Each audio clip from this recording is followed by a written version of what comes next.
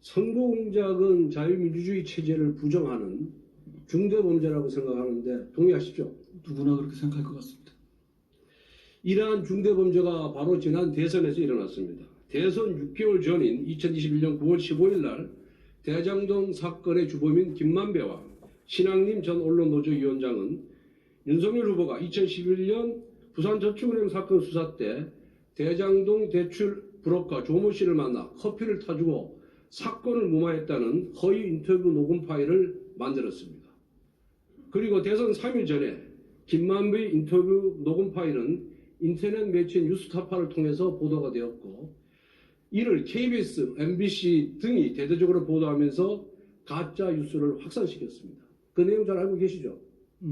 관련한 부분에 대해서 검찰이 현재 수사 중입니다.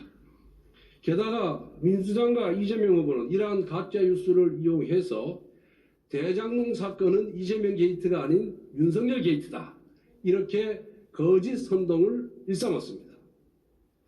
장관님, 통상 인터뷰는 즉시 보도하는 것이 상례죠.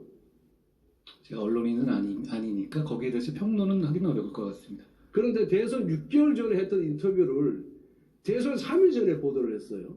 그 이유가 무엇이라고, 그 의도가 무엇이라고 생각하십니까? 그런 점까지 잘 고려해서 검찰이 투명하게 수사할 거라고 생각합니다. 제가 보기엔 이렇습니다. 2011년 9월 대장동 게이트가 터졌지 않습니까? 여기에 당시 이재명 성남시장의 관여 의혹이 제기가 되었습니다. 그랬더니 이거를 모면하기 위해서 김만배가 가짜 녹취 파일, 뉴스 파일, 인터뷰 파일을 만들었어요. 근데 왜 그 당시 공개하지 않았냐 하면은 그 당시 보니까 대선 판도가 어디로 갈지 불투명했기 때문입니다. 근데 선거가 임박할수록 선거 결과를 장담할 수 없게 되자 선거를 불과 3일 앞두고 가짜 녹취 파일로 공작을 시도했던 것입니다. 왜 그랬을까요? 3일간 시간 동안에 그 뉴스 내용의 진위를 판단할 수 없게, 판명할 수 없기 때문에 이를 이용했던 겁니다. 어떻습니까? 제 그 생각이. 그런 부분까지 포함해서 검찰이 잘 수사할 거라고 생각합니다. 지금 선거 공작의 실체가 드러나고 있어요. 자유민주주의를 파괴하는 이런 공작에 대해서 법무부 장관으로서 입장이 뭔지 한번 말씀해 주시기 바랍니다. 여기 계신 모든 분의 입장과 같을 것 같습니다. 선거 공작이 실제로 있었으면 중대범죄고요. 그 부분을 잘 밝혀서 가부 여부를 잘 검찰이 판단해서 엄정하게 책임을 물을 거라고 생각합니다. 그런데 민주당에 의한 선거 공작이 이번이 처음이 아닙니다. 15대 대선 때 김대엽 병풍 사건 떠올려보면 자명해집니다. 또 16대 대선에서도 이해창 후보가 최규성으로부터 20만 달러를 수수했다라고 또 민주당이 허위, 가짜, 선전선동을 합니다. 20년 전에 조작 녹취 테이프가 오늘날의 조작 녹취 파일로 바뀌었지만은 가짜 뉴스를 대대적으로 유포하여 선거판을 뒤집으려 했던 정치공작 그대로인 것입니다. 그때도 민주당이었고 현재도 민주당이었습니다.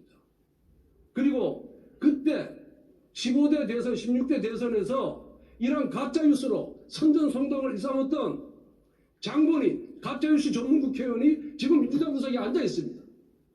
제가 누구라고 얘기는 안 하겠습니다. 두 번 다 사면받았습니다. 장관께서는 이러한 자유민주주의 체제를 부정하는 선거 공작에 대해서 철저히 수사해서 엄단해 주시기 바랍니다.